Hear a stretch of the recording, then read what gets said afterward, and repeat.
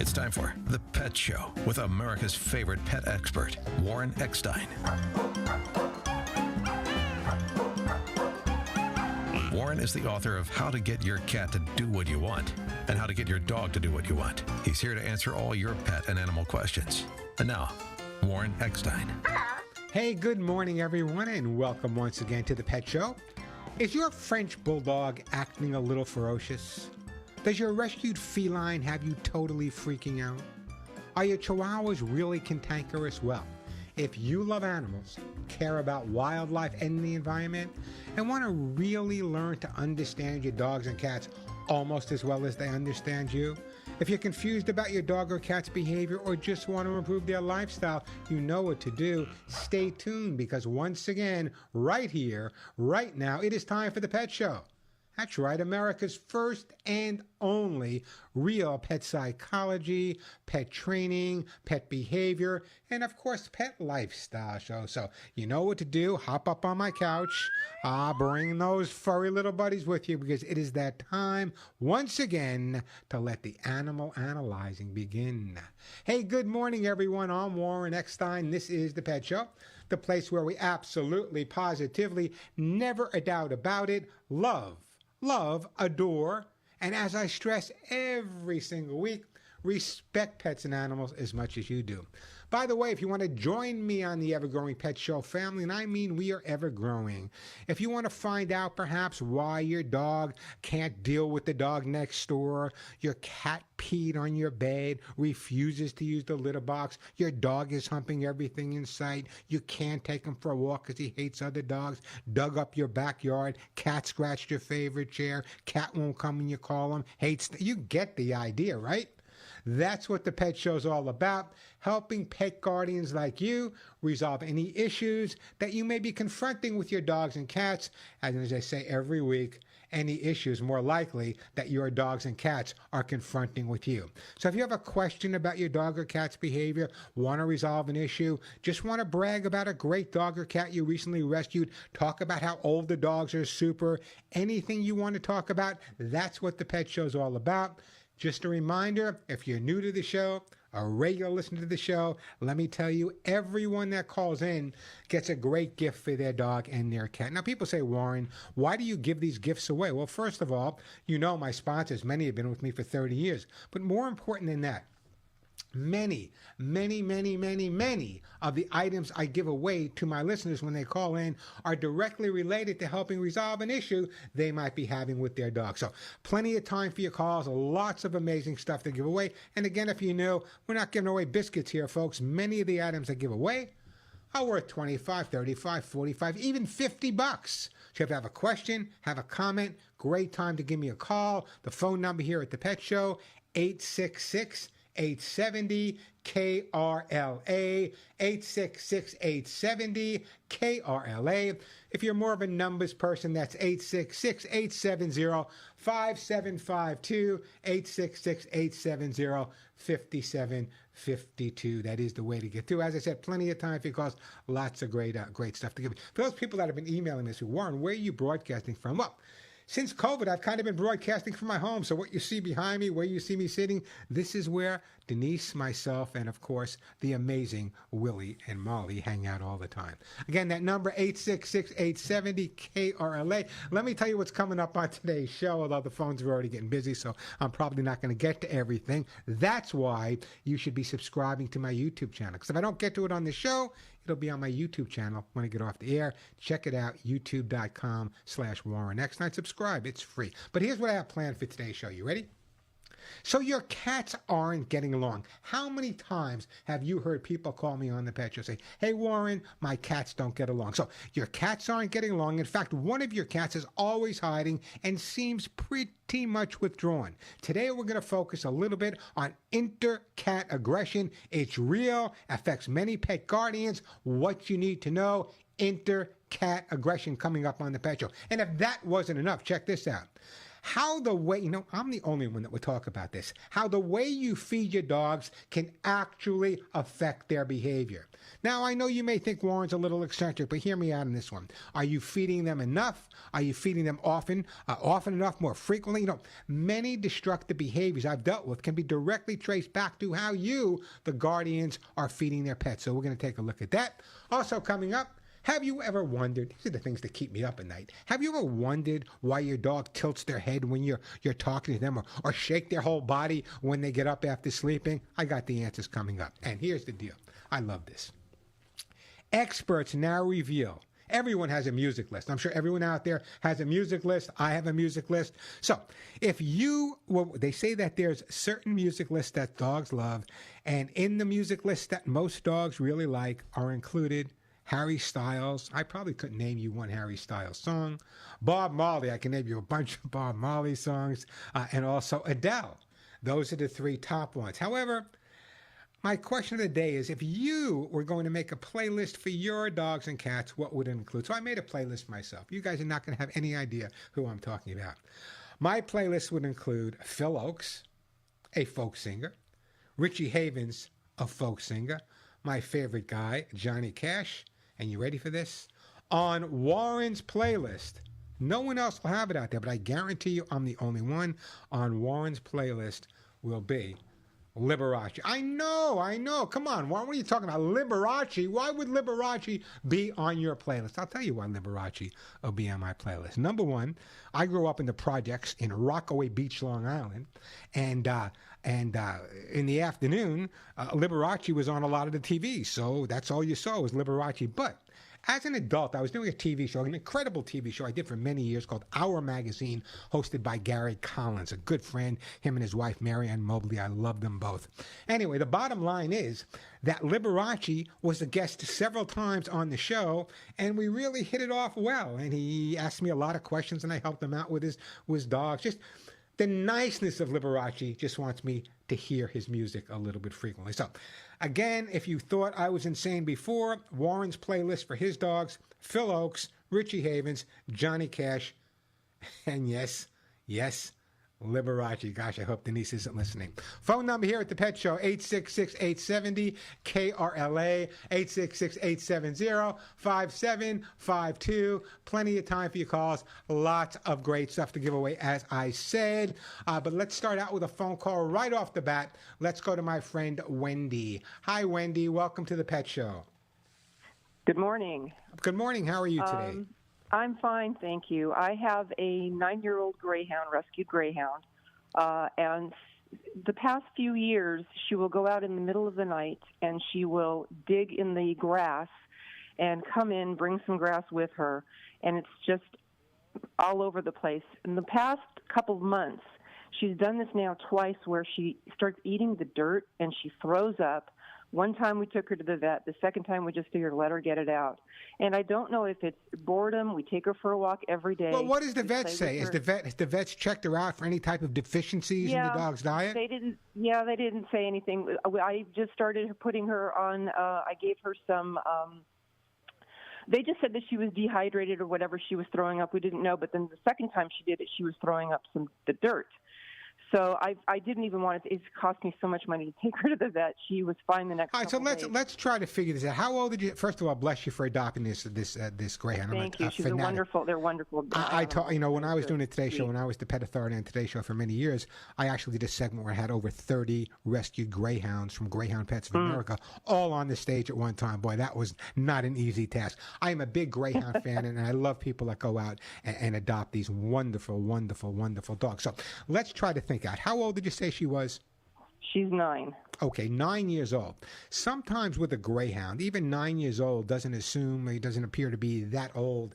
What these poor dogs have gone through in their life, it's kind of like they've gone through so many different lifetimes in a short span of time. What kind of concerns me is sometimes we have to try to figure out what the trigger point is. For example, is she going out about the same time every night?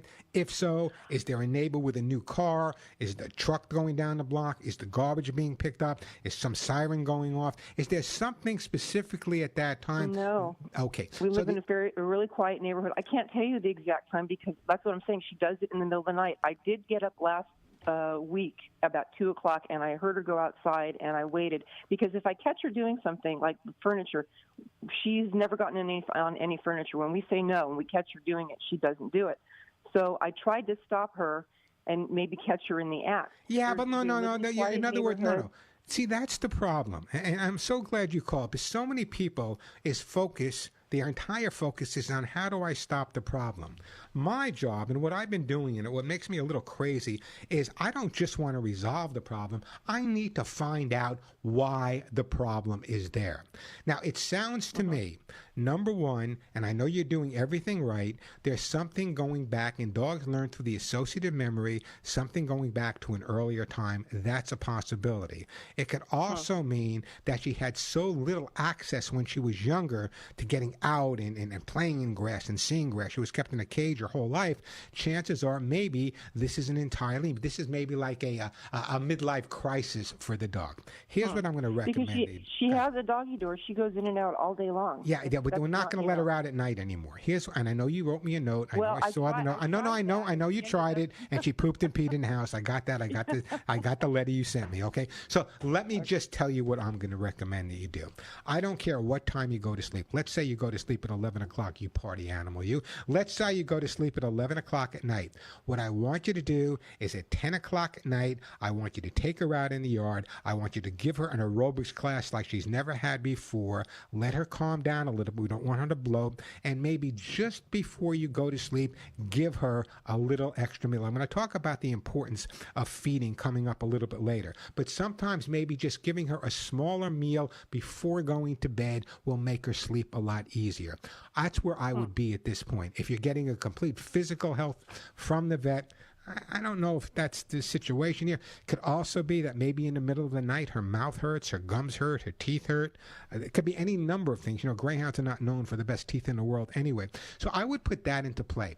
At night, rather than correct her, let's try to figure out why. Maybe she's hungry. Maybe she's having a bad dream, which is very possible. I want you simply to give her a little bit extra food after you've given her a good exercise period. Let's try that for 3 or 4 weeks, see if that doesn't make a difference. My gut still tells me, though, dogs learn through association. My gut tells me that somewhere or something during the night is causing her all of a sudden to react this way. Whether she smells something outside, whether there's a coyote, a possum, or an elephant running in your backyard, I don't know. But usually there's a reason for it. So what you also might want to do is literally spend the night. That's why God created makeup. Don't sleep one night and figure out about what time she's going out and see what actually is going on out there. But I think we can definitely resolve this. Follow what I said. Give me a call back in a few weeks and we'll go further. I will try that. Thank you very much. By the way, Wendy, what's your dog's name? Callie. Her racing name was XT's Excalibur, and when they were fostering her, they named her Callie, so we didn't want to change her name. So that's why she's Callie. Greyhounds are just such amazing dogs. They're so affectionate. They're so lovable. Yeah. People think they need a lot of exercise. Let me tell you something about greyhounds. Greyhounds are sprinters. They're sprinters. They're not marathon runners. Exactly. Around the track once or twice. But most people that have greyhounds do have what looks like a track around their backyard from the dog running around constantly. Anyway, don't go anywhere. I'm going to put you on hold. 9-year-old greyhound. Let's keep her as healthy as we can. I am going to send you a jar of my own Hugs and Kisses vitamin mineral supplement treats. This way she'll make sure we're getting everything she needs to get. Great time to give me a call. The phone number here at the Pet Show, 866-870 KRLA. We're going to go. We got to take a break. When we come back, we got John calling from Connecticut. Wants to learn about teaching his dog to walk on a leash. I'm the expert for that. We got a German Shepherd that hates other dogs. We have a Labrador that's getting vicious. What are you guys doing? And a Rhodesian Ridgeback that bites his feet and scratches. We'll take all those calls. Great time to call me, 866-870 KRLA. Come on, guys. Are you going to help me out with this one? If you were going to set up a playlist for your dogs and cats, what would that playlist include? Amazon, Pandora, what would you include? I told you, man, I have the guts to say that I would add Liberace to my playlist.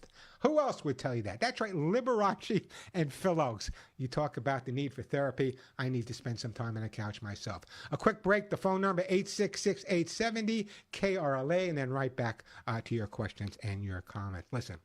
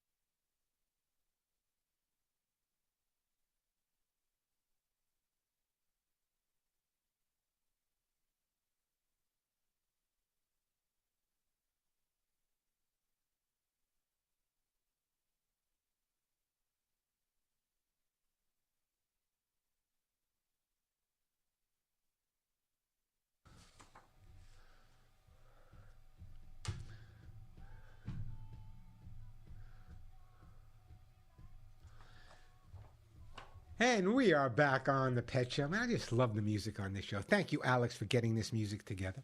Without Alex and Suzette, I don't know where this show would be. Hey, we are back on the Pet Show. I'm Warren Eckstein. That phone number, 866-870-KRLA. Come on, no one's going to come up with a playlist for their dog or cat. None of your dogs and cats would listen to music. Come on, you know they would. I bet if I asked your dogs and cats to choose a playlist for you, they'd probably tell you to change what you're listening to most of the time. Hey, you know, a clear sign that your cat wants to play is when they lie down on their back and start rolling around. You know, when cats are on their back, their stomachs are on display, which is something they only do when they're feeling safe and secure. So if your cat exposes their belly to you, that means they feel totally confident around their best friend, which in many cases is their guardians. Hey, the phone number, 866-870-KRLA, 866-870-5752. Hey, John, calling from the great state of Connecticut. Welcome to the show, John. How are you? Hello, Warren. How are you? I am absolutely perfect. What can I do for you today, John? It's such a nice day today. Hey, your volume went down. My volume went down? Well, yeah. let me turn it up. Maybe, Better now? Better now?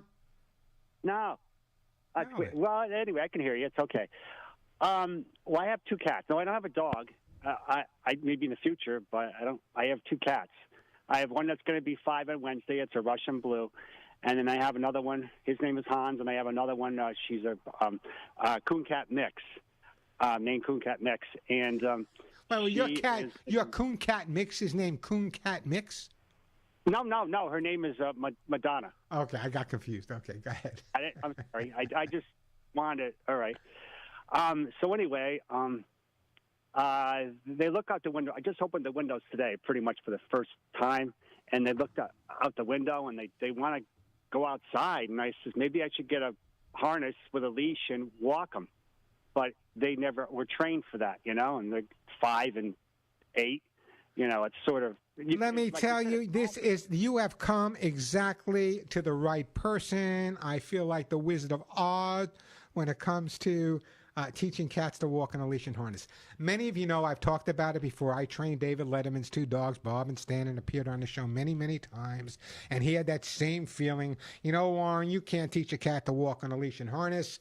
A week later, I brought my cat on the show and Dave shut up. So here's the bottom line. The first thing you need to do is find the right harness for the cat. A figure 8 harness is usually really good. Don't put it on the cat. What I want you to do is just take the harness, place it alongside the cat's food dish, and don't touch it. Just leave it there. Again, when the cat's eating, a positive association with seeing it. When you're sitting around massaging your cat, as well you should, you'll also notice you can take that harness and just kind of rub it over. Don't put it on her, just rub it over. Once she's real comfortable with it, then you can slip it on her, take it right off, and then feed her. What we want to do right off the bat is establish a positive situation with the harness. But once she's comfortable with the harness, your next step is to take a very light leash, clip it to the harness. Not even a leash sometimes. Sometimes I just use the clip, let her walk around with that. Just make sure that every time the harness is on and comes off, it's like she hit the lottery. If you're consistent with that, you can get her to walk on a leash and harness. Many, in fact, Alex, my engineer, I wish he could talk on the air right now, but I don't let him. Alex, my engineer, has 2 cats. One of his cats is absolutely amazing. Actually, there's a photo on my website of Alex walking his cat on a leash and harness. So it can be done. One of the great things to do. But again, if you want another alternative and you don't want to take the time and put in the effort, you should. But if you don't want to, what you can do is they now have cat enclosures. They have cat enclosures that are outside. They're totally safe. The cats can go out. They can't go get out of that.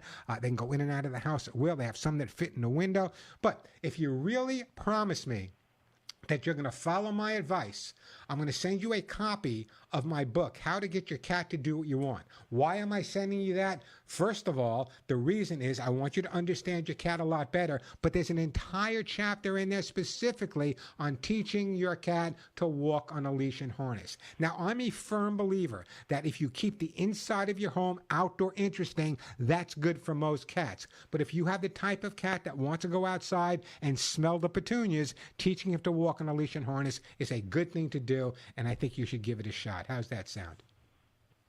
Can I ask a question? Sure, go ahead. When you going to I might go to California to see somebody, and that might make me. I haven't flown since 1984 to Puerto Rico. That was it, and I'm nervous about it. But when are you going to have like a show outdoors or somewhere at a pet place? And I'd like to meet you. I've never met you. I've been listening to you since whenever you started on 7:10 a.m. WOR radio. Oh, yeah, God, Dad, you've been 43 years, God. Cool. You know, I did start the day after my bar mitzvah, just so you know. It sounds like 43 years, but I was real young when I started doing this show. Yeah, we had a lot of time. Well, you know, when I was working, just doing the New York show locally for many years, you know, we do a lot of broadcasting. You know, I would broadcast. We'd fill up Madison Square Garden. Myself, Al Roker, we'd fill up Madison Square Garden at the cat shows, and I do all these other broadcasts. Maybe we'll do some more. You know, we'll work on it. Maybe we'll do some more. But in the meantime, what I want you to do is give those cats a big, big hug and a kiss. I'm going to put you on hold. Be nice to the lovely Suzette. She's going to pick up, and we're going to send you a copy of how to get your cat to do what you want. Yeah, you can teach your cat to walk on a leash and harness. I don't care what other people say. I proved it on national TV in front of millions of people. It can be done. And I bet you, not only Alex, my engineer, but I bet you there are thousands of people out there that have taken the time to teach their cats to walk on a leash and harness. Every once in a while when I'm driving around, I'll see a person like that, and I'm just really pleased that they've taken that time to do it. Phone number here at the Pet Show, 866-870-KRLA, 866-870-5752. Just to let you know what I'm giving away on today's show. You heard me give away a cat book. You heard me give away my own Hugs and Kisses. I'm also giving away copies of my dog book, my best-selling book, Either Dog or Cat. I'm giving away Kitty Lickies, an amazing, amazing product for your cats. Lucy Pet Food, those amazing T-shirts that say none of my friends walk upright. I'm giving away all-natural herbal flea spray, and brand new on the show, I'll be giving away, if you have one of those dogs that scoots its butt on the ground all the time, a little embarrassing, I have a product for that called No Scoot. I also have hemp allergy release, no scratch spray, anti-lick paw spray, hot spot foam. If your dog's eating his own poop, I even got stuff for that. Lots of great stuff to give away. So if you have a question, a comment, want to share a great story about your dog or cat, great time to give me a call. The phone number, 866-870-KRLA, 866-870-5752. Let me take a quick break. When we come back, we got Sam, Bill, Suzanne, and Jerry. Will get to all of your calls. I'm upset. I'm upset, guys. Where's the playlist? It may sound frivolous to you, but it tells me an awful lot about you. If I could admit that my playlist would include things like people like Liberace and Johnny Cash, come on. Adele? I'm trying to think of another singer. I'm not into new metal. Who would you put in a playlist for your pet? Or better yet, if you don't want to do it for your pet, what playlist would you love to listen to when you're taking your dog for a walk? Give me a call. I'd love to hear from you. I will send you a great gift. 866-870-575 to listen. You want to keep your dog.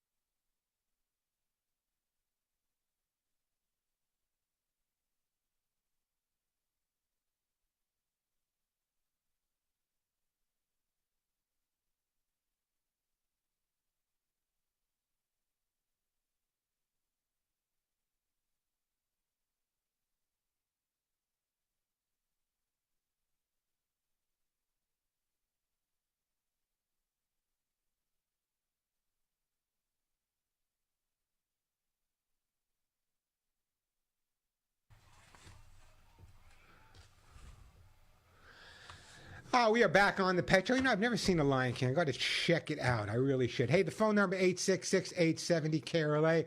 I'm going to take you guys in order. I got plenty of time. I'm going to get to Sam, Bill, Suzanne, Jerry, and Phil. Coming up, though, in a little bit, we're going to talk about this real important, something I probably talk about and no one else does. Is your dog destroying your house because you're not feeding him enough? Is his behavior really, really needs some help because you're not feeding him the right way or often enough? The role of hunger in your dog's destructive behavior. We'll talk about that coming up in a little bit. Again, the number 866-870-KRLA. But right now, let's go to my friend Sam with a shepherd question. Hey, Sam, welcome to the Pet Show.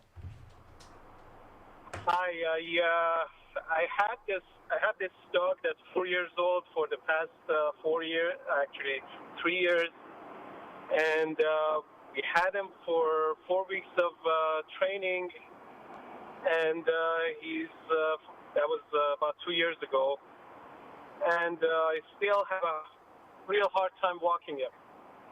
If he sees another dog, small, large, he goes crazy. He dislocates my arm. So, Sam, let me ask you a question, okay? You got the dog. The dog was a year old when you got him. Where did the dog come from? We got him from a shelter. Well, bless you for. Oh no, that's good. That's good. Bless you for doing that. I appreciate that. Now, my next question to you is this: you paid for a trainer, but you sent the dog away to be trained. I am not a big fan of that. For some people it works, but let me tell you, it's not the dog that needs the training. It's the guardian that needs the training. And I know the trainer said, well, we'll spend a couple of times. No, you need to be involved. I believe that the guardians need to be involved with the training. It's a lot easier. Send your dog to Warren. I'll train him for you. But let me tell you, with all of the dogs, thousands and thousands I've trained, was all done, except for some real extensive training, all done at the homes where the people lived. So what did the trainer tell you when you paid him and you said to him, listen, the dog is still not being able to be walked because he's aggressive? What did the trainer tell you to do, and what are you doing? Well, I didn't talk back with. I didn't talk to him anymore. Okay. I'm just doing my best to have a treat with me and maybe distract him. Okay, so let's figure out what's going on. Let me resolve this for you. Number one, forget about the treats, okay? The treats are basically reinforcing the behavior that you want to stop. What often happens when you take your dog for a walk and your dog sees another dog and becomes really aggressive towards another dog, the aggression is due to being territorial, not because he necessarily hates other dogs. When a dog is on a 6-foot leash, that 6-foot radius around you now becomes its home, its territory, and therefore it's going to be more protective over that. Now, when the dog starts reacting in this protective way, 90% of their guardians will say, stop it, no, jerk the dog around, pull the dog, and stop and get the dog to try to respond to something right then and there. That is not going to resolve the issue. The dog's already anxious. The dog's already nervous. The dog's already PO'd. How are you going to resolve the situation? What you need to do is just continue walking. Don't say a word. Just continue walking, because every time you stop, every time you give a treat, every time you pay too much attention to the dog doing something you don't want it to do, in reality, you're just reinforcing that behavior. Listen, German Shepherds, I worked with them for so many years in Europe. In fact, there's a big German Shepherd tattooed on my right leg. So the bottom line is, when you have a dog that's showing this type of aggression, maybe something happened when you sent him to the trainer. I don't know. I can't deal with that end of it. But what I can deal with is how to readjust the dog and build up his confidence a little bit. So, number one, when there's no distractions around in your home, I want you to go back to the basic training. Heel, sit, stay, down, come. Why? I just want you to reinforce that basic control. Now, when you take him out for a walk and he sees another dog, what you were doing was maybe giving him a treat or trying to distract him. Don't stop. Just continue walking straight ahead till you're past that dog, and then you say, good boy. Every time you react, you're actually reinforcing that behavior. Does that make sense to you there, Sam? Yep, that's one thing I never tried. Well, that's what you're going to need to do. It's interesting because what often happens is people try too hard. They try too hard to resolve a situation, and they don't try to understand why the dog is being in that situation. The dog was adopted at a year old from a shelter. You had him. You sent him away, got him trained. Now he's back with you. So now the dog is very bonded with you and perhaps the rest of the family. But when you take him for another walk and he sees other dogs, he's feeling territorially challenged. That's why he's reacting this way. Chances are, and I don't want you to do this yet, but chances are if he was on a really long leash or if he was off leash at a park somewhere, they would probably get along a little bit better. You're not ready to go there. So follow my advice for the next few weeks. Let's see if we can calm him down a little bit. It's not going to happen overnight. It may take a month or two to resolve it, but let me tell you, he's a German Shepherd. This dog has a lot of years ahead of him, and he's going to be your best friend, I promise, Sam. So I'm going to put you on hold, Sam. I'm going to send you a copy of How to Get Your Dog to Do What You Want. How many times, folks, have you heard me work on this situation? There are some amazing trainers out there. But I don't know, when I was doing all the thousands of training I was doing up and down the East Coast, all across the country, if the dog I trained and I got paid for wasn't responding to what I needed him to respond to, I didn't do my job and I had to go back and resolve it or go back and just reinforce it. You're paying for the trainer.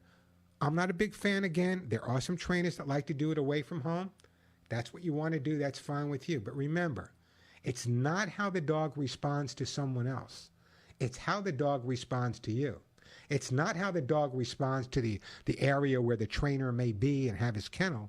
It's how the dog responds to you in your neighborhood. The neighbor on a wheelchair, the person walking the other dog across the street that's barking at your dog. That's why I'm a firm believer, when possible, always make sure you have the opportunity to work with your dog at home. And when your dog is being trained, I believe that you should be totally involved with that training as well. Great time to give me a call. We're going to take a quick break. When we come back, we got Bill, Suzanne, Jerry, Phil. I still got lots of great stuff to give away. I cannot believe this. You guys are disappointing me. You would not have a special playlist for your dogs or cats when you take them for a walk? Come on. There's got to be, you and your dog don't listen to music together and stuff. Come on, what's your playlist? Or would you have a make it up? Would you make me feel better? Would you have a playlist for your dogs and cats? And give me a call. Let me know. The phone number here, 866-870-KRLA, 866-870-5752. Hey, Alex, ask Suzette, you too, what playlist would you and Suzette have when you're walking your cat? I know Suzette no longer has a dog and misses Princess tremendously, but if she would have had a playlist for Princess, what would be? Give me a call. Let me know. Alex, you guys figure that out. The phone number, 866-870-KRLA, 866-870-5752. That is the way to get through. And if you want to ask me a question, you can go to my YouTube feed as well. We're doing YouTube Live. It's youtube.com/Warren Eckstein. And while you're there, subscribe. It's free. And there's hundreds of 1-minute tips and lots of tips and great videos. It's all there and it's all free. So check out youtube.com/Warren Eckstein. All right, a quick break, then right back at you. I'm not joking about this.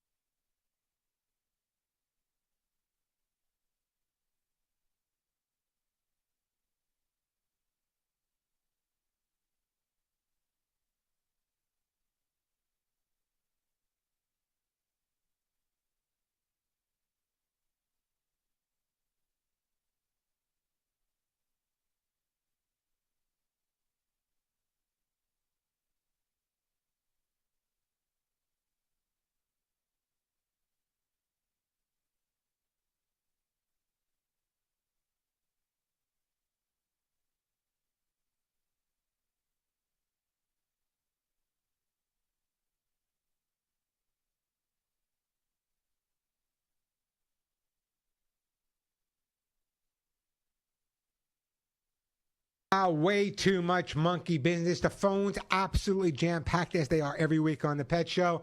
I'm going to get your calls. We got a whole other hour to go, so just be patient with me. Grab some coffee, a cup of tea. Before I do that, though, I want to just take a moment to talk about intercat aggression. Intercat aggression in a household can potentially be managed by identifying the trigger. That's what I was talking about before. Everyone wants to resolve the cats that are not getting along, but no one wants to take the time to figure out what the trigger causing it is. Now, it usually takes place around food, litter boxes, resting places. If one of the cats is getting attention, you'll notice that one of the other cats in the household might be withdrawn when you're paying attention, might be intimidated. What you need to do is go back to the beginning. Try some pheromones. Very often they work. A little socializing at a time. Make sure that every time the cats are together, that it always ends in a positive note. And if there's one cat that's more assertive in the household, make sure there's items being changed in the household on a regular basis. I just posted some more of that, a little bit more in depth at my YouTube channel as well, youtube.com/Warren Eckstein. Intercat, a big problem. Now, when someone said you can't get cats to get along, I'm not bragging here. Yeah, I am.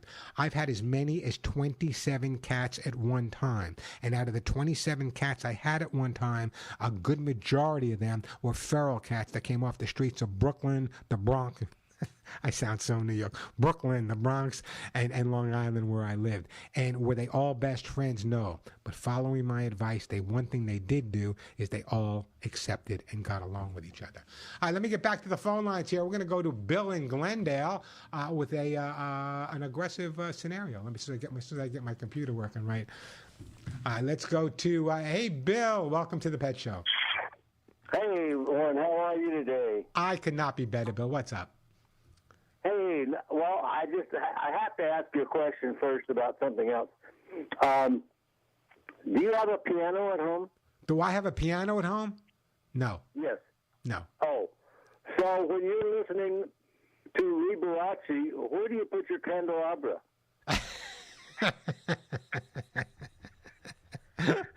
Oh, gosh. When I was a kid, we used to watch Liberace was on black and white TV, and he had a candelabra on his piano. Always. And listen, not only that, when I was working with Liberace actually had a doghouse that was shaped like a piano and was air-conditioned. Oh, I broke up here. Are you still there? Yeah, I'm still here. He had Liberace had an air-conditioned house for his dog that was shaped like a piano. Was it shaped like again? It was shaped like a piano.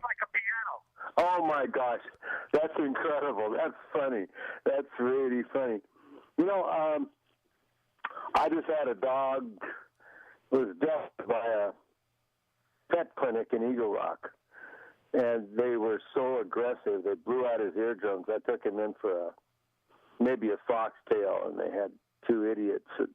They blew out his eardrums. He wanted to die, and wow. I didn't let him die, but he was deaf for the last 3 or 4 years of his life. I don't want to. I don't ask me a question about the aggression, because I don't want to run out of time here. Okay. I get along with dogs all the time because I have dogs that walk up and down the street, and sometimes they're pulling their owner because they come over because I give them good back rubs and things like that. But I've got a guy that lives next door to me, and when I'm doing the hedge, or even when I'm by my fence, the dog is growling at me. And when I'm doing the hedge, he tried to bite me several times, and then he comes over and as they're walking him down the street, he pees on my flowers out in front, and then encourages other dogs to do that too. How do I stop, number one, that aggressiveness, and number two, how do I get these dogs to not pee on my flowers? Well, the only time you see this dog is when you're on your property and he's on his property, right? That's correct, but he's also broken out 3 windows in the front. Well, no. The point I'm getting is what I'd like you to do is, if you're close with the neighbor, what I would recommend that you do is have the neighbor take an article of your clothing, leave it with the neighbor so the dog gets used to your scent. What I would do is try to have the neighbor walking the dog, you from across the street, just saying the dog's name, maybe handing the owner a treat to give to the dog. What we need to do is get the dog to know you away from the environment where the dog is being so protective. Well, he's actually been up on my front porch, and that didn't change his behavior. But no, Right, but yeah, the guy it's owner bought- It's your property and the neighbor's property adjoining each other. I wanted to see you on neutral territory, not your property, Okay. not your neighbor's property, on neutral territory. Okay, I get that. Thank you. And, Listen, what I hope want. First of all, bless you for adopting that other dog. I got to move on, but it's going to help you out. Now, let me do this. I want to talk about that first. I'm having trouble hearing, so I'm going to put you on hold. I'm going to send you a copy of my book. Give me a call back next week or the week after when I can hear you a little bit better. But the bottom line is, again, if you have a dog that's showing aggressive behavior towards you, you can't resolve that by being aggressive. You have to resolve that by building up the dog's confidence and letting the dog know that it's either nothing to fear or nothing, or that everything good's going to happen when they're around you. I get this all the time, but it's always usually a dog that doesn't like the neighbor because they're being protective over their property. You're making noise on the property adjoining theirs. Be careful of that. Anyway, copy of the book on its way. Appreciate it. Quick break, then right back to your phone calls. All right, I'm bragging. If you're not buying my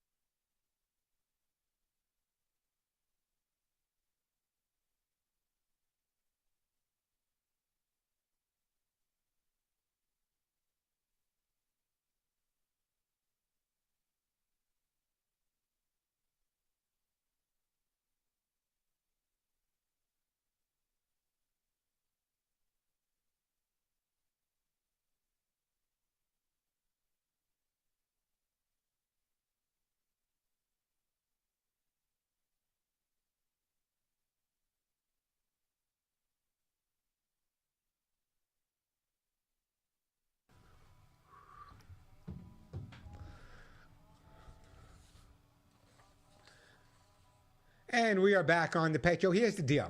Suzanne, you've been holding on for a week. Jerry's been holding on. We got Phil, we got Monica, we got Christy. I don't want to rush anyone, so let me just take a quick couple of minute break for the top of the hour. When we come back, you'll be my first callers. I'll send you some great gifts. The phone number, by the way, I do have one open line, 866-870-KRLA. We're really only going to break for a minute or two at the top of the hour. When we come back, we're also going to talk about if your dog is destroying your house or in other ways behaving badly based on how you feed him. Not just the amount you feed him, but how you feed him and what you're feeding him. So many times, I got at least two questions this week about dogs that were being destructive, and after questioning the people, it turned out that I was able to resolve the destructive behavior just by changing the way the pets were being fed. The phone number, 866-870-KRLA. Come on, guys. Someone's got to come up with a playlist for their dog. Quick break, then right back to all of your phone calls. I'm Warren Eckstein, and you're listening to The Pet Show.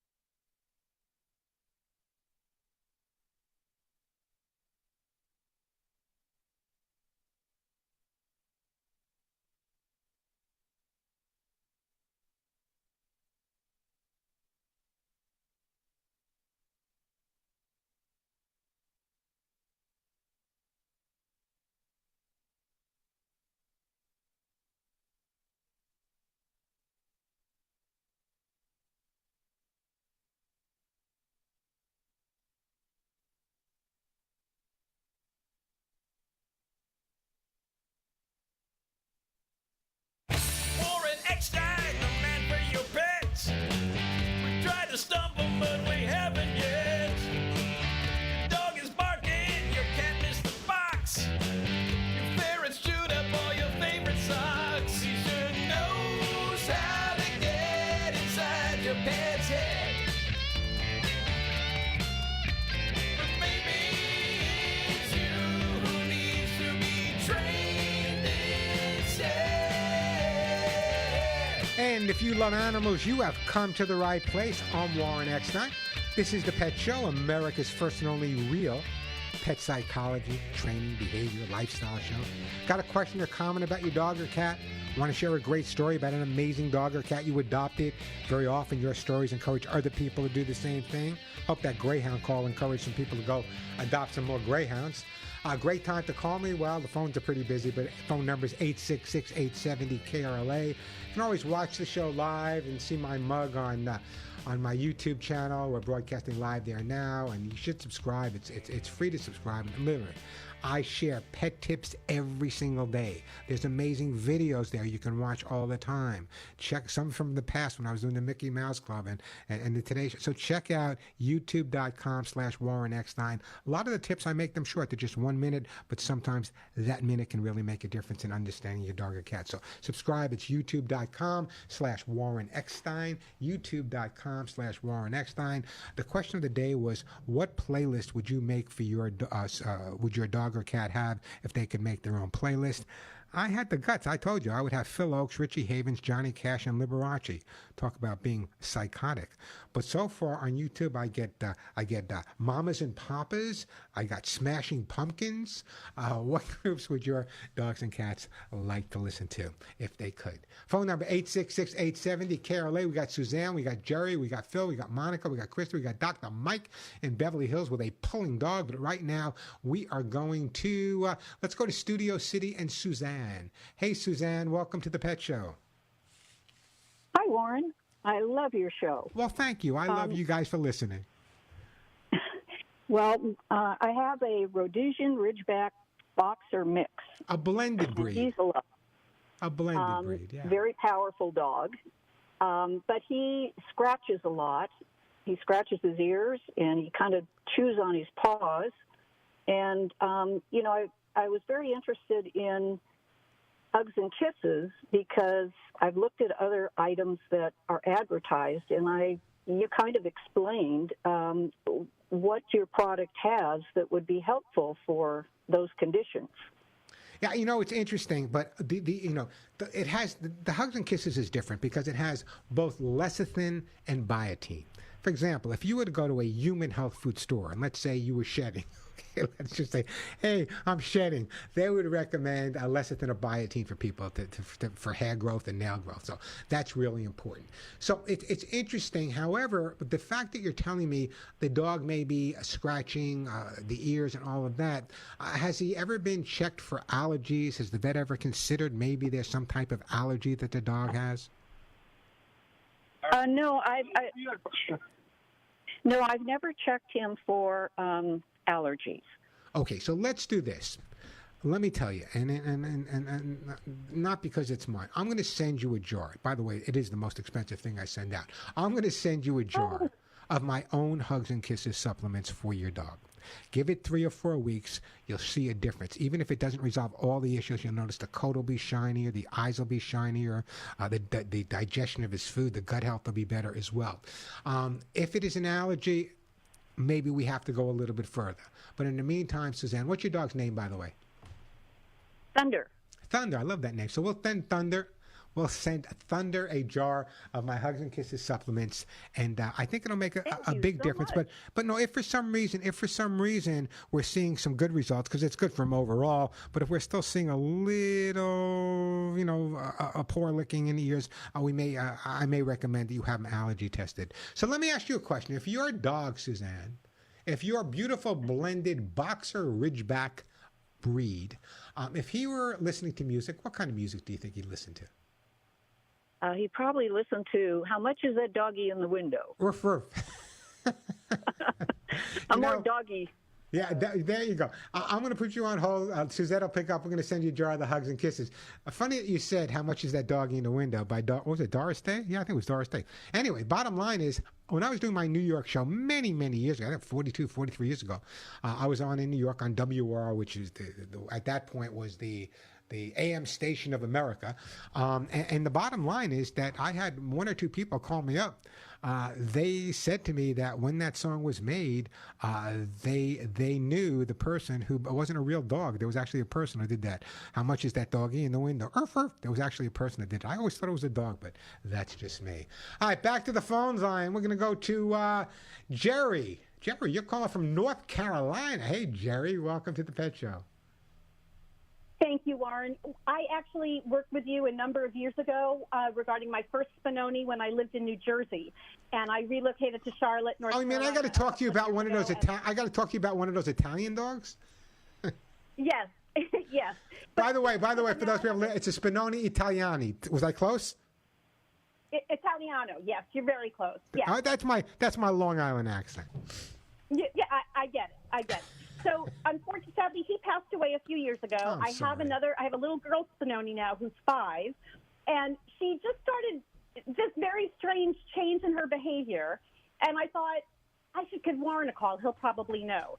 I'm also on the verge of getting another little boy Spinoni later this month. I'm getting another puppy. So, Vivi has slept in my bedroom at night since she was a baby, and she would sleep on the bed. She has a big fluffy blanket on the floor. No problem. We go out to go to the bathroom before we go to bed. She comes into the house, goes into the bedroom, goes to sleep. About 2 weeks ago, she just refuses to sleep in my bedroom anymore. And I have a baby gate across the door. And if I bring her into the bedroom and close the baby gate, all she does is pace.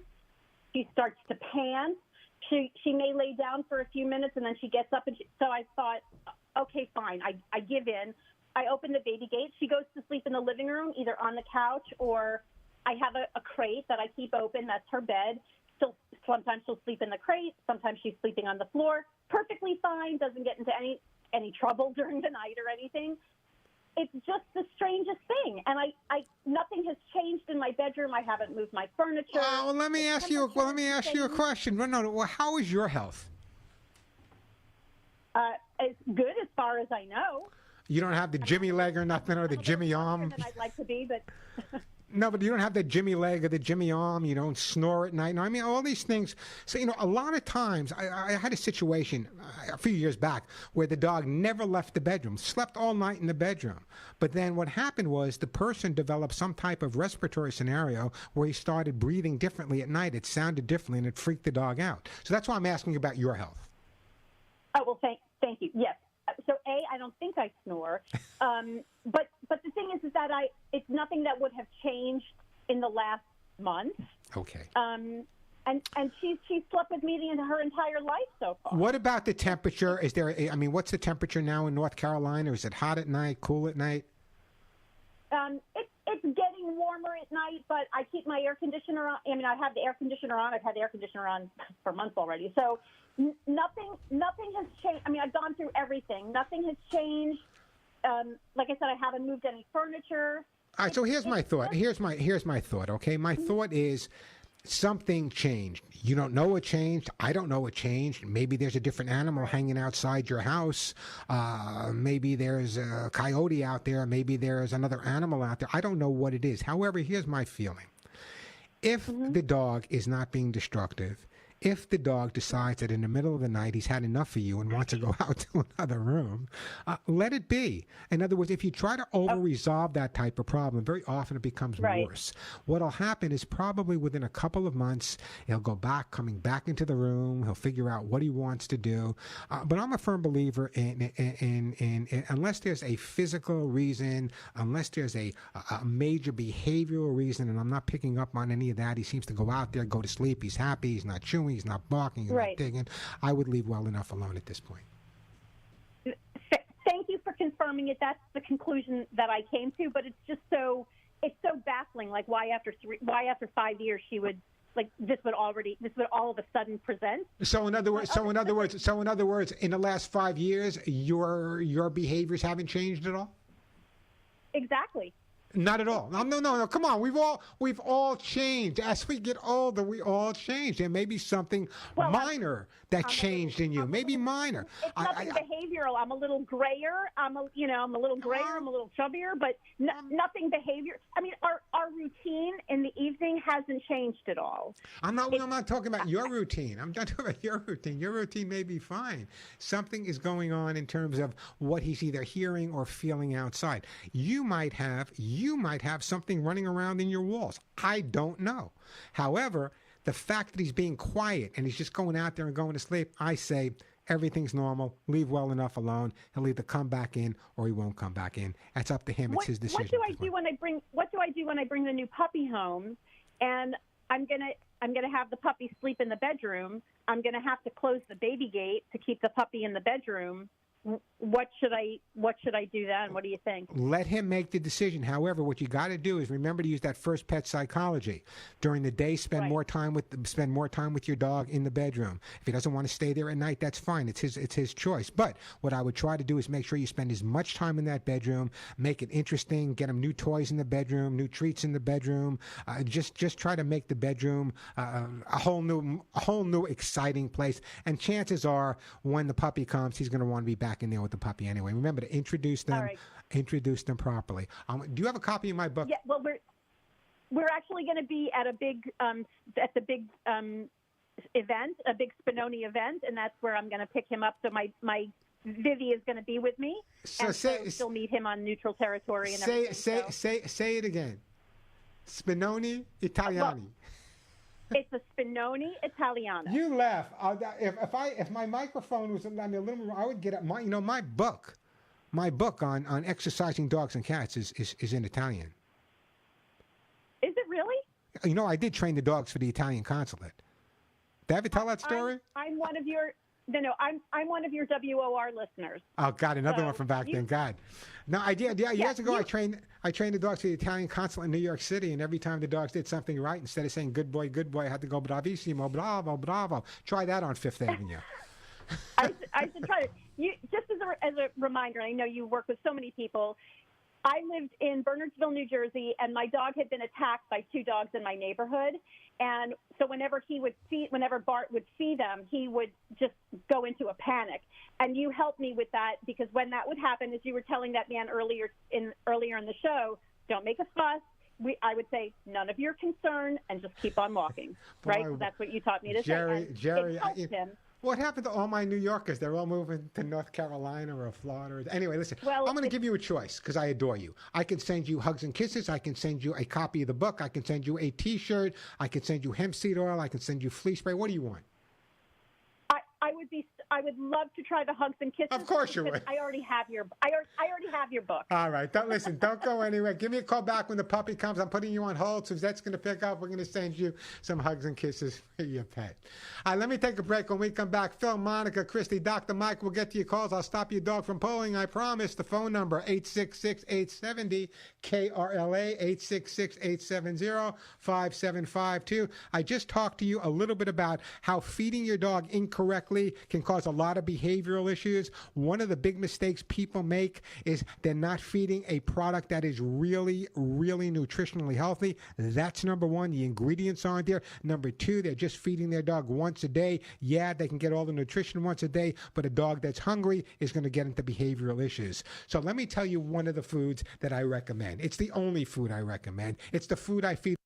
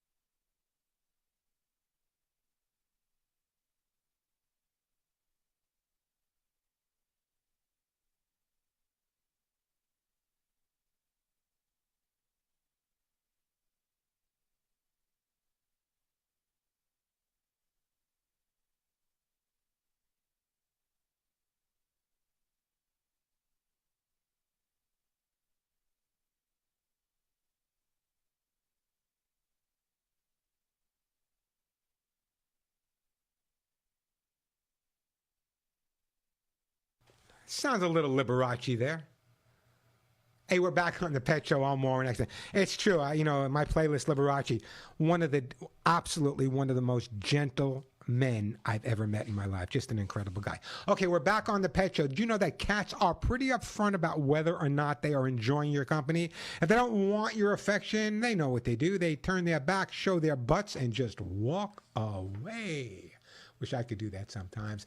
Hey, let's go to Dr. Mike in Beverly Hills. Hey, Dr. Mike, welcome to the show. Thank you. I love your show. Well, thank you. I appreciate that. How can I help you today? My dog is the love of my life besides my wife and my kids. But when I walk him, he's pulling me. But he heals very well.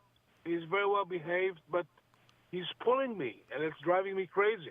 Okay, now you said he heals, so I'm assuming, what type of dog is it? He's a border doodle.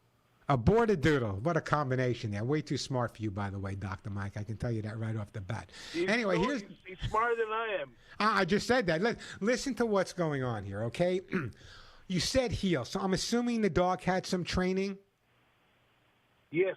What happens is when trainers work with dogs, very often they focus on teaching the dog to heel, which simply means the dog walks on your left side. The reason for that is most men were right-handed. Originally, dogs were trained for military back in Roman times, so that's why the dogs were taught to walk on the left. Quite honestly, I could care less where my dog walks on left or right. But so many trainers focus on teaching the dog to walk in a heel position. What they don't focus on is teaching the dog not to pull. A whole different ballgame. For example, when I take my dogs out for a walk, I want them to walk around the end of the leash, smell, sniff, lift your leg, pee on whatever you want to pee, as long as they're not schlepping me down the block, okay? So what I did is I teach the dogs not to pull.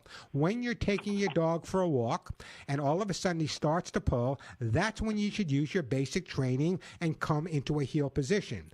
Make him heel for a couple of minutes, then say, okay, let him go back to the end of the leash. If he starts to pull again, back into a heel position till he realizes that freedom is based pretty much on where he is walking and the way he's behaving. They learn through association. That's one of the things I'm going to recommend. Now, what kind of collar or harness do you use? It's a regular collar. It's not a wired one, not one of those wired collars. Okay, regular leather. Okay, which is fine. What you may want to try to do, something I introduced probably 20 years ago, but they're really popular now, is a no-pull halter. There are harnesses or no-pull harnesses available on the market while you're working with the dog. These no-pull harnesses work great. It doesn't go around the dog's neck, doesn't hurt the neck. What they do is they go under the, for a better explanation, under the armpits of the dog. So the bottom line is, what you do is you can pick up one of these no-pull halters or harnesses. They're available anywhere you can get pet stuff. Get a good one. That would be beneficial. But again, as I said, if you really want to work with it on training, when the dog is pulling you or schlepping you down the block, that point you stop. Don't stop, but go into a heel position. The other thing you need to understand is the best way to teach a dog not to pull is the about face method. It simply means when the dog gets in front of you, you make an about face, walk in the opposite direction. He's going to get in front of you again a foot or two later. You make an other about face and go in the opposite direction. Little by little, he'll get the idea. What I'm going to do, Mike, and believe me, if you follow through, I think that no-pull halter would be beneficial for you, but I think at the same time, following my advice would be important as well. So I'm going to do this, Mike. I'm putting you on hold. I'm sending you a copy of How to Get Your Dog to Do What You Want. If there's one thing Warren is known for, it's teaching dogs not to pull their owners. Listen, I lived in New York City my whole life, training dogs in New York. You can't have a pulling dog in New York. They'd be chasing every pizza man, every delivery man, every cabbie, every handsome cab. So there's a big difference between teaching a dog to heel and teaching a dog not to pull. I wish more trainers would focus on the practicality rather than showing off. And, oh, look how the dog is healing. Look, he sits when I come, automatic sit. He sits when I come through stuff. Yeah, that's great stuff. It's important. But also important to someone like Dr. Mike is that his dog's not pulling him when they go for a walk. Why is that important? Because if the dog's not pulling him, the dog's going to go for a longer walk and really have a good time. 866-870-KRLA, the phone number. Let me take another phone call right now. Let me go to that's Phil in Long Beach. Hey, Phil. Welcome to the show. We're going to get to you, Monica, Christy, and Neil, I promise. But Phil, welcome to the Pet Show. Hi, Warren. Thanks. Good, love your show. Well, thank you. What's up? I got a question for you. You were talking earlier about the upcoming flea season, rather, that we're going to be seeing. And I'm seeing that firsthand right now with one of my cats. I've got 5 cats, and one of them, the middle one, he's 11 years old, name is Rascal, seems to be particularly affected by fleas. And a couple of years ago, he was really digging at himself. He's got a big bushy tail, and he had that tail down to almost nothing at the base. And my vet suggested we put him on Bravecto. And we did, and wow, that stuff was a miracle. His tail bushed right back up. He wasn't digging at himself anymore. Well, now it seems like it's starting again. And this rainy season, the fleas are crazy. But here's something a lot of people don't understand. There are certain dogs and cats that can have fleas that bother them, but it's not an insanity. There are certain dogs. One of my dogs many of my dogs, one dog specifically, Rio, had what's called a flea dermatitis. That means if he was bitten by one flea, it was like the Armageddon. So that's probably what's going on with your cat. I'm glad that other medications work, but here's something I'm going to recommend. I want you to go to the pet store today and get yourself a flea comb. Call me old school. Make fun of me. You should see my garage. I got old screwdrivers and stuff hanging there. My nephews call it old school. But go old school. Get yourself a flea comb. I want you to brush the cat.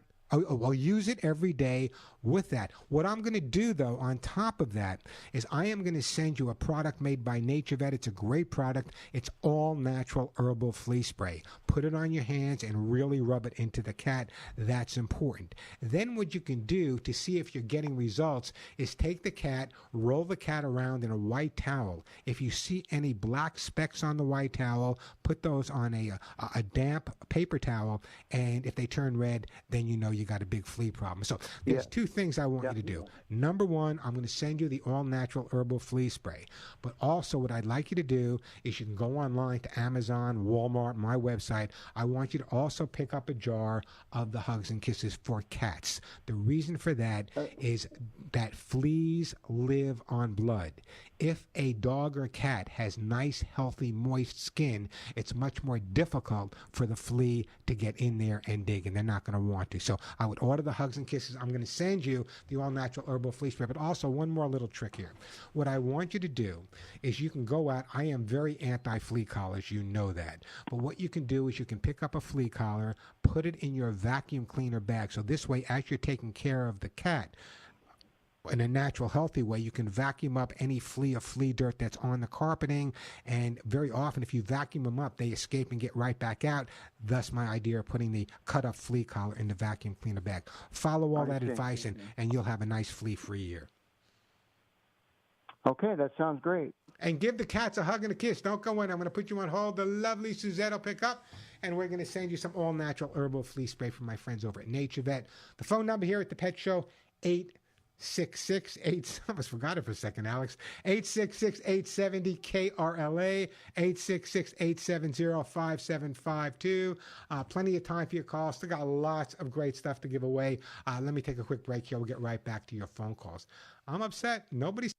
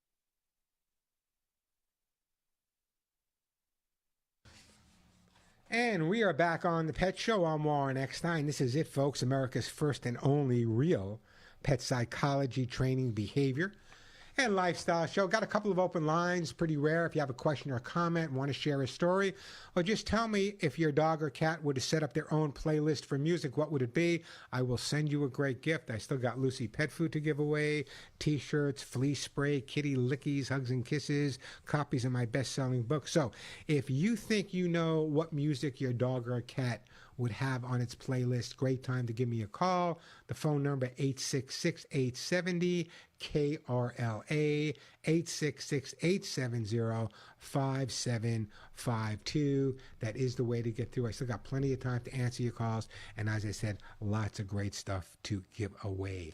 Just before I get back to Monica, Christy, and Neil, scientists have finally discovered, I can't believe it took them this long, why dogs cock their heads when they look at you. While most of us probably thought it meant that they were confused when they tilted their head, it's anything but.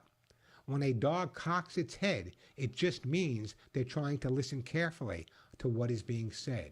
What kind of study at what university did they have to do to figure out that when a dog cocks his head, he's trying to listen to you better? Unbelievable. But also what they're working on now, which is kind of interesting, why they tilt their heads in certain directions is also an area going on with much research. And the other question was, why do dogs shake their head and body when they wake up? You wonder why? You wonder why your dog wakes up and all of a sudden it's shaking all over the place? It goes back to the times when they lived in dirt and they lived in grass. It's instinctive behavior that goes back generation and generation. They shake themselves to get the dirt and debris off their body. Just one of the reasons. 866-870-KRLA, 866-870-5752. Anybody have any coyote questions? Man, I'm in Santa Monica. I've been here for 25 years. I have not seen as many coyotes around my neighborhood. If you have any questions about your coyotes, and by the way, if you go to my YouTube channel, youtube.com/Warren Eckstein, I did a whole thing there on total prevention, how you can prevent. You can't prevent the coyotes from coming out, but what you can do is keep your dogs and your cats up. Just the other day, one of my Facebook friends sent me a note that they were in their backyard. Just went to the other side, and all of a sudden they heard their dog crying, and it was a coyote. They got the dog, but the dog was going into surgery. So I got to be real, real careful. Don't blame the coyotes. Blame the people that leave their garbage out.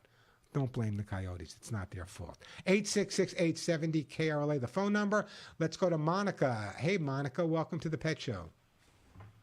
Hey, Warren. Most of the time I fall asleep to AM radio, The Answer and Coast to Coast, and it's on sometimes when I nice big nap, and I wake up sometimes at 2 o'clock, and I'm wondering, 2 a.m., I'm wondering if it bothers my dog at all. He looks pretty asleep, but I don't hear him snoring at that time. So you asking if it bothers your dog when he's listening to Coast? Is that what you're asking? Well, I just because it's not completely quiet. It's kind of like a regular thing. I leave it on and I wake sometimes, up. Sometimes that's the right thing to do. Sometimes but you should leave it. Of course, it should be on KRLA only. But when you have a dog or a cat, and very often when they're left alone, their ears are so sharp, and the way they hear is so sharp that all these things outside can distract them. I remember when I was doing all my training in New York City. You know what it's like living in an apartment or a brownstone in New York City? These dogs and cats never had the opportunity, didn't even know what quiet meant. So it's good if you leave it on a consistent level, volume level in the house. It gives your dog or your cat the ability to have their ears and their body adjust to the sound. Can really have a great calming effect on them as well. Great. And also, I have your hemp seed oil, is krill and salmon that you sent me. Now, I'm wondering, I've been putting it on his food. He seems to like it really a lot. Or is it for something you put topically? No, are you following the directions on the bottle directly? I am, but it just doesn't really make it real exactly clear. Yeah, well, what you can put it on the food. It's absolutely fine. Okay, and also, we have coyotes by the airport, LAX, and they say I can hear them out there sometimes, especially if the fire engine goes by, and they're all screaming. And my cat dog, he's inside though, is joining them. But someone said that they really are coming in. And how do we live with them? Well, it's not how we live with them. How did they live with us? They were here before we were. Let's remember that, okay? So we invaded them. They didn't invade us. However, it's way too dangerous out there. I live near Santa Monica Airport, and I think there's a lot of breeding going on there. And this is just kind of the end of their breeding system time. And because I just think, honestly, I hate to say this, but I don't think I can only talk about Santa Monica, okay? I don't think there are places in Santa Monica that were as clean as they used to be. And there's food out there. And 25 years, I never saw a rat anywhere. All of a sudden, last year, I started seeing a couple of rats around. So the food source, they're predators, but if there's food around, they're going to go. So here's what I'm going to recommend, okay? They have to live too. On my website, or if you go to walmart.com, I had these little air horns made up. Every person that lives in an area where there are coyotes should walk around with these little air horns. Not just will it help chase the coyote away, but if there were stray dogs in there or even some incredibly stray people that might be threatening you as well. They fit in the palm of your hand. I think they're like $8 or $9. I'm going to send you one, by the way, Monica, to kind of keep your mind at ease a little bit. But they are available at my website, thepetshow.com, and I really believe they're only like $8 or $9.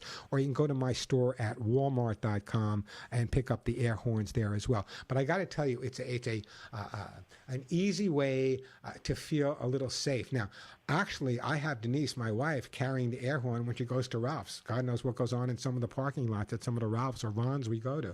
So it's just a safe way. And as I said, they're small. They fit in the palm of your hand. Is it going to work 100% of the time? I just want it to work 99% of the time. I think it will. So I'm going to put you on hold. Thanks a lot, Warren. Oh, no problem. I'm going to put you on hold. Suzette will pick up, and we're going to send you one of those air horns. By the way, you can check out those air horns. They are available on my website, thepetshow.com. Don't forget that THE. And if you haven't been to the website for a while, a lot of changes at the website as well. As a matter of fact, we even have a part of the website now. It's called Ask Warren. And you can ask questions there, and we get inundated, so there's no way I can answer them all, obviously, okay? But what I do is almost every day or every other day, I will answer them in a video. If you sent me a question, I would answer your question in a video, and that video will be posted on my YouTube channel. That's why I keep pushing the YouTube channel. It's, as I say, it's free. It's just there. But some of the questions I get, I will be able to answer on the YouTube channel. And one of the advantages, obviously, the radio, I only have so much time before Alex yells at me, get off, you got to go to commercial, Warren, like he's going to do in a minute. So on the YouTube channel, it gives me a lot of time also to go into a little bit more depth. So check out, subscribe, youtube.com/Warren Eckstein, youtube.com/Warren Eckstein. We're going to get to you in a second, Christy. We're going to get to you, Neil in Venice. Great time to call me. I do have an open line. The phone number 866-870 KRLA 866-870-5752. That is the way to get through. Also coming up, we're also going to talk about how much exercise your dog really needs. How much exercise does an adult dog really need? 866-870 KRLA, the phone number. Quick break, then right back to your phone calls. I'm Warren Eckstein. You're listening to The Pet Show.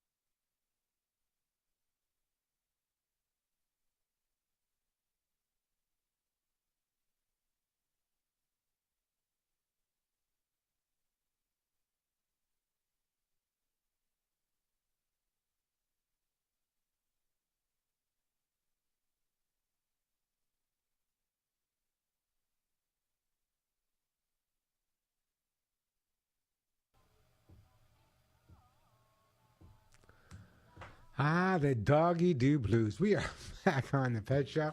I'm Warren Eckstein. Let me get back to the phones. I'm going to get to you, Christy, but let me go to Neil first, calling from Venice. Hey, Neil, welcome to the show. Yes. Hi, Warren. Great show. Thank you. Call. Can you hear me okay? Absolutely. Like you're right next to me, Neil. Awesome. So I talked to your call taker there, and my question is that, I have a Chihuahua mix. Her name is Annie, and she's about 13 or 14 pounds. She's 9 years old. She's very cute and gets a lot of attention, and she's healthy. And I don't know. I wanted to know, is it possible to mate her with another small dog? Just one in mind is a pincher. Listen, Neil, let me stop you for a second. The answer is absolutely no. There are so many Chihuahua. My two dogs are Chihuahua pincher mixes. I adopted them from a high-kill shelter.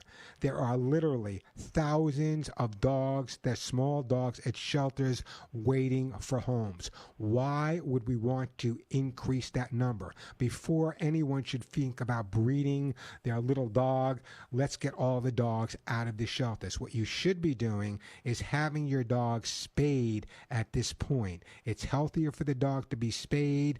The dog is not going to develop uterine cancer and breast cancer and other types of cancers that are possible.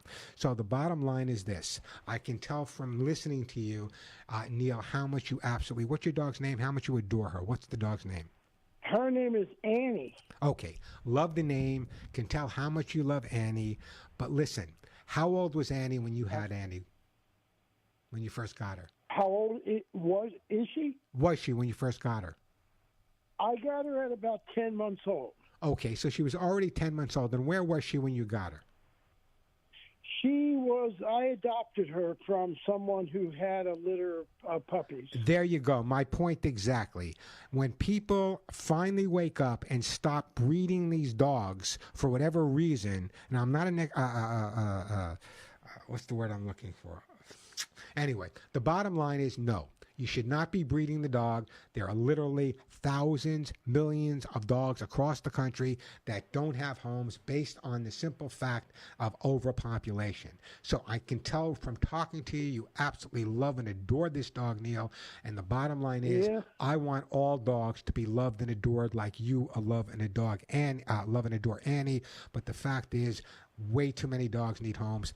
Absolutely no against breeding. What about the spaying? I appreciate that. Now, what about the spaying part? I mean, she's 9 years old. Fine. Listen, what you do is when she goes to the doctor, when she sees the vet about getting spayed, at 9 years old, she's still a young dog, little dog. At 9 years old, they're still kind of young.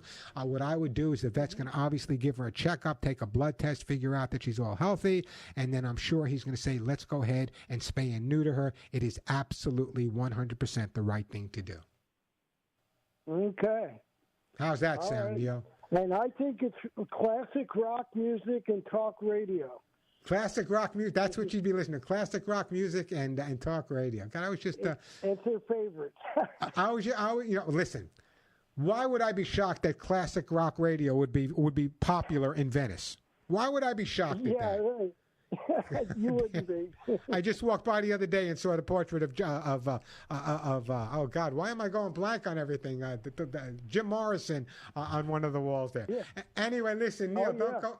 I'm going to put you on hold, Neil. We'll get your name and address. You know what? I'm going to send you some Lucy pet food. I'm sending you Lucy pet food for your dog because you deserve it. Christy, let me take a break. I'm going to get back to you. We'll solve your situation with your biting cat. The phone number, I do got an open line, though. The phone number, 866-870-KRLA, 866-870-5752. Before we do that, though, I always get the people saying, Warren, how much exercise does my dog need? The bottom line is this. The average adult dog, that means you guys out there, the average adult dog needs about 20 to 45 minutes of moderate exercise at least twice a day. 20 to 45 minutes of moderate exercise at least twice a day, which can include a brisk walk. However, active breeds like Border Collies, Australian Shepherds, breeds like that can need 2 to 3 hours of exercise and activity each day. And very, very small or aging dogs may get all the exercise they need just walking around the house. So exercise is such a critical part of keeping a dog healthy and well behaved. When we think about exercise, we only think about physical exercise. Not too many people think about mental exercise. And that's something I've been stressing every single day for my entire life since I was able to talk about animal behavior, is physical exercise keeps your dog's body healthy, keeps your dog happy. But mental exercise also keeps your dog healthy and keeps your dog happy. That's why I say when people say, well, my dog doesn't play with toys anymore, you can always find something your older dog is going to want to do, or your older cat's going to want to do. So remember, they probably need a lot more exercise than you do. Bottom line is, tired dogs tend to sleep, not get into trouble. Phone number here, 866-870-KRLA, 866-870-5752. That is the way to get through to the show. Plenty of time for your calls. We thought, well, not plenty of time, but we're going to get to you, Christy, in just a little bit. Let me take a quick break here, Alex, and when we come back, we'll get to Christy, and I'll give you that phone number because by now you know when I run out of time here on the Pet Show, and the clock hits 1 o'clock, I don't go anywhere. I just sit in front of the microphone, push a couple of buttons, and go on for my national Canadian show, which is the same type of show I do here, other than the fact it goes all over the United States and Canada, and as I said, even Guam. So if you didn't get through, if you're out there shopping or driving around or enjoying a nice day, starting at 1 o'clock, you can start calling a number I'll give you in a little while. That's for my national show. And as I said, the same type of show. You'll notice some of the topics will be similar, but also I do give away the same exact gifts that I give away here on this show as well. So let me take a quick break, then right back to your phone calls. I'm Warren Eckstein. You're listening to The Pet Show.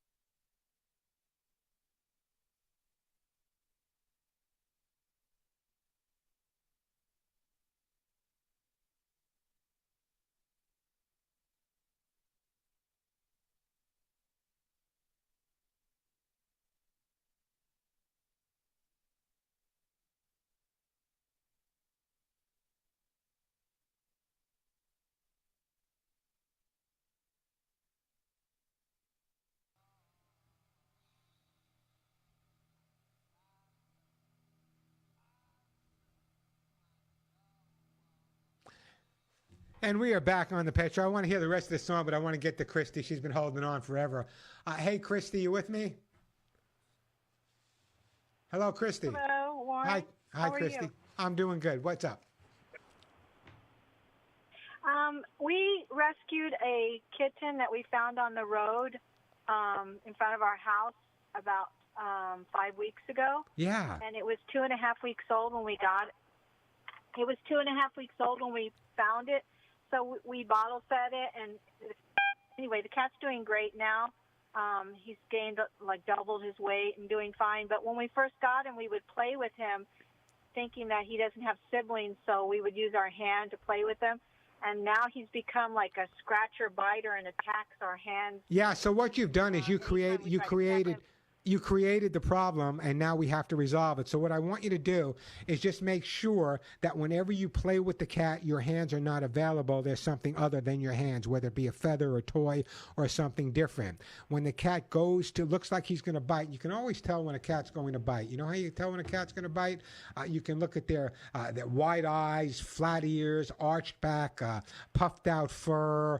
So what you do is watch the cat carefully, walk away. Don't yell at the cat. Don't scream at the cat. The cat may become more protective at that point. When you notice the cat look like he's going to chomp down, or you notice any of the wide eyes or the flat ears, walk away. If he's not getting any attention for it, he'll stop. What he's doing right now is he's playing with your hands like it was another kitten in his litter. Your hands don't have fur. It hurts like heck. So remove that. You made that mistake. Remove that. Give him plenty of exercise. Watch him carefully. The minute he looks like he's going to be swatting or biting, walk away.